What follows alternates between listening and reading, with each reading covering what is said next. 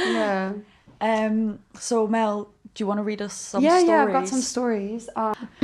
So these stories are from basically the question of like, when was your first experience with discrimination? And this is what some people have posted like anonymously. So yeah, first one. I was 8 years old and I was playing on some monkey bars in a neighbor's backyard with their daughter. I'm Asian and she's white. My twin sister was also with us. We were having the time of our lives. My sister and I had been coming over for weeks after school, no permission needed. Her mom came back home early. She came to the backyard and started yelling, grabbed her crying daughter, yelling she can't play with us anymore because she's already got so many nice white friends. She brought her daughter inside and came out again to yell at us to go home and that she never wants to see us on her property ever again, and her daughter can't be friends with us ever. So we left, crying all the way home. Our mom was there and she asked, "What's wrong? Did we fall off the monkey bars or something?" We said no and told her the story, and she hugged us and told us what racism is. She's like, "I'll never forget." Oh my God. I know. I get chills. I just Yeah. get chills when I hear stories like that. It's just really sad. Yeah. Yeah, it's just like, this reminds me of like a story as well. And again, like I haven't experienced racism on like a super intense level, but where I lived in New Orleans, we were the only white family. Like it was majority black family. And again, when I was 5, like I had, all my friends were like black or mixed or something like that. Like I never, and so was my family as well. So I never knew or like really noticed any of that. My mom never really talked to me about it. And I was 5 years old walking down the street to go to the candy lady. There was always a lady in the neighborhood who sold the candy or like pickles or like really random stuff. And like, Pickles. Yeah, pickles. And she would always say like, when you bought a pickle, she was like, "Oh, it's going to help you grow." And like that. And yeah, and it was really nice. It was like a nice thing that my mom would give us money for. And it was like 50 cents for like a chocolate bar or something. And I was walking down, and again, I was like a little tiny thing. And this boy who was, I think around 7, out of nowhere, 7 or 8 years old, came up and just punched me straight in my eye. Like, again, I was 5.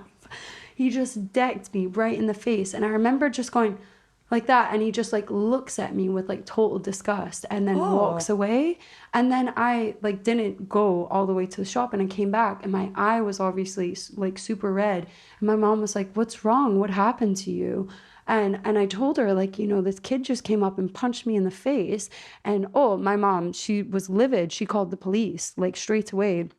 And they were able to find the boy who had done it to me, and they brought his parent over to like my house. And my, like, basically the police officer, who was a woman, like, and she was great. She just kind of mediated the whole thing.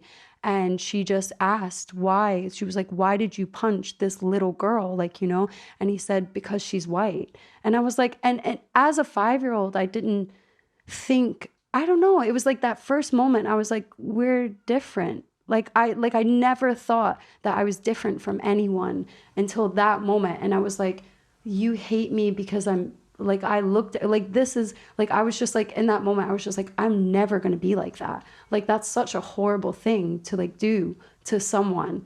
And like, and then you could see, and his mom just looked at me and my mom, and they were our neighbors. They were actually our neighbors. Yeah. Like with total disgust, and just did not say anything to her son. Like, if anything, encouraged it. And I was just like looking at her like, how could you, like, for one thing, like, yeah, like just the whole situation. And I just remember like always being like, I'm never going to be like that. Like, I'm never going to look at someone and see how they, like, their appearance is, and then judge them on that. And then just like, yeah, basically treat. And if anything, it was like not a good thing that happened to me, but it definitely woke me up to some, like, a bigger issue at such a young age. Yeah. So nuts. Fucked up. Crazy. Yeah. I still remember that. Yeah, that would probably be quite like a vivid memory. Yeah. Yeah. Yeah, I still remember it. And he, like, and the police officer was like saying to him, she was like, "You're mixed. Like, do you know what I mean? Like, you are half white." Like, yeah. And it just like, in his head, like, I don't know, like she, like, yeah, but she really mediated it like really well. And luckily we were able to like get someone involved. And then I was never really bothered again, because if you called the police in my neighborhood, it was a big deal. Like, do you know what I mean? So it was like nothing like that happened. But my sister in school, who wore glasses and like kind of was like a wee bit like, you know, just kind of looked a wee bit nerdy, I guess, got bullied a lot. And to the point where we had to move schools to like a more like different area of schools because she was getting bullied all the time. But yeah, so nuts. But again, like, if anything, me and my sister are even more of like actively like being like, you know, trying to educate people and everything about like discrimination and everything like that. So yeah.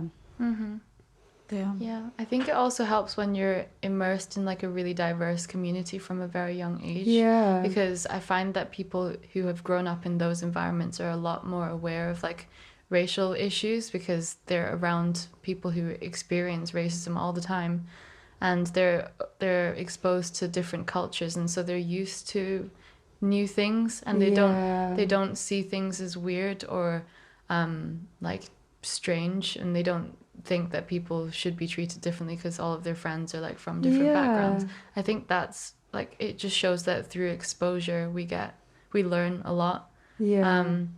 And a lot of what happens, like a lot of people's hatred is completely just ignorance, and it's not helped by like fear mongering of the media, and also like biases within media and social media and stuff. It fuels a lot of it. It's been amazing. It's been a good episode. Yeah.